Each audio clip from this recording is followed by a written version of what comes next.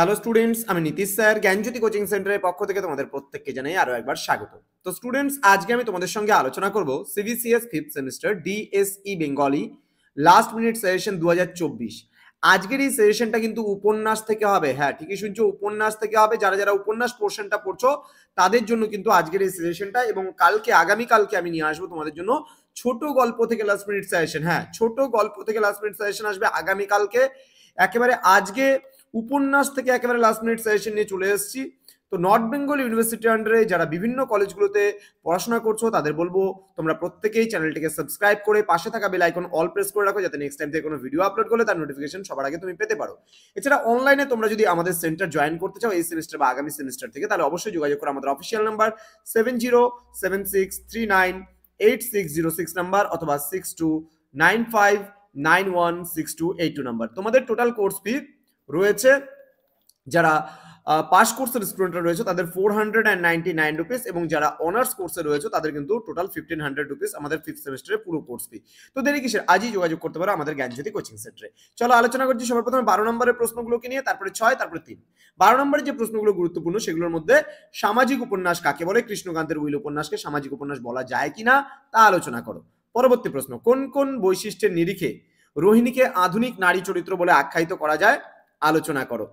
পরবর্তী প্রশ্ন, দেনা পাওনা উপন্যাসের ধর্মীয় এবং অর্থসামাজিক পটভূমি সম্পর্কে বিশদ আলোচনা করো। পরবর্তী প্রশ্নে আমরা চলে আসব, দেনা পাওনা উপন্যাসে প্রতিফলিত তৎকালীন সমাজের প্রেক্ষাপটটি সম্বন্ধে বিস্তারিত আলোচনা করো। পরবর্তী প্রশ্ন, সামাজিক উপন্যাস হিসেবে কৃষ্ণকান্তের উইল উপন্যাসটির সার্থকতা বিচার করো। নেক্সট, বাংলা উপন্যাসের ক্রমবিকাশের বঙ্কিম সমকালীন অন্যান্য ঔপন্যাসিকদের উপন্যাস চর্চার পরিচয় দাও। হ্যাঁ, এটা পরিচয় হবে।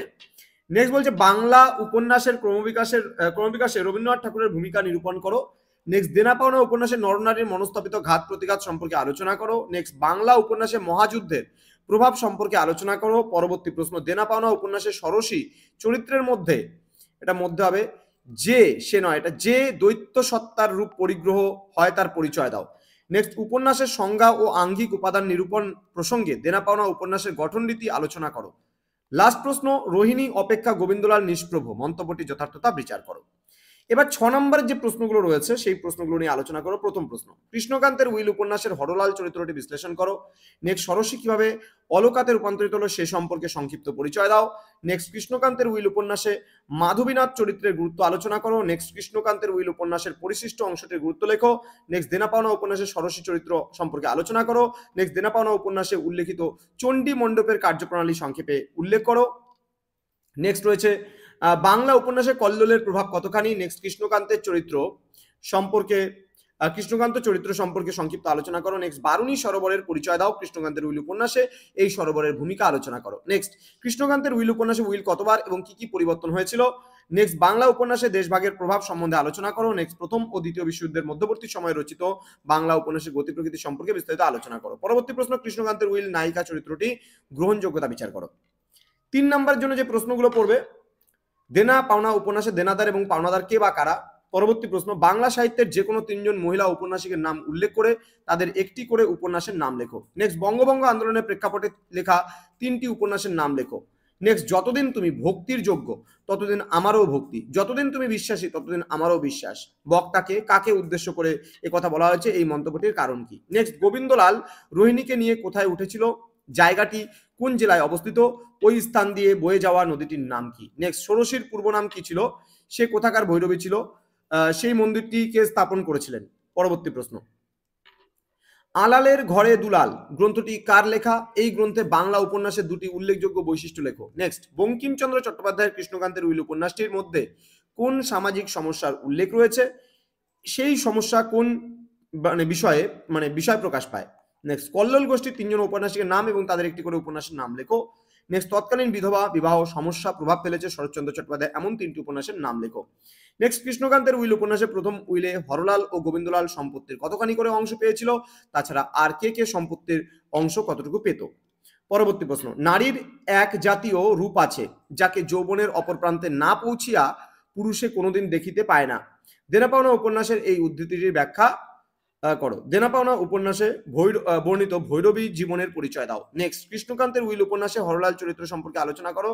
নেক্সট, দেনা পাওনা উপন্যাসের নাট্যরূপটির নাম কি, সেটি কবে কোন পত্রিকায় প্রকাশিত হয়। নেক্সট, কৃষ্ণকান্তের উইল কি জাতীয় উপন্যাস, উপন্যাসটি কবে কোন পত্রিকায় প্রকাশিত হয়। তো স্টুডেন্টস, জ্ঞানজ্যোতি কোচিং সেন্টার অফিসিয়াল ইউটিউব চ্যানেলে তোমাদের প্রত্যেককে আরো একবার স্বাগত জানাচ্ছি। যারা এখনো চ্যানেলটিকে সাবস্ক্রাইব করনি তারা অবশ্যই চ্যানেলটিকে সাবস্ক্রাইব করো। হ্যাঁ, যারা ছোট গল্প পড়ছো তাদের আগামীকালকে সাজেশন আসছে ছোট গল্পের লাস্ট মিনিট সাজেশন। এবার আমি তোমাদের বলে দেবো একেবারে শেষ মুহূর্তে লাস্ট মিনিট সাজেশনে কোনগুলো বেশি করে পড়বে। দেখো, প্রথমত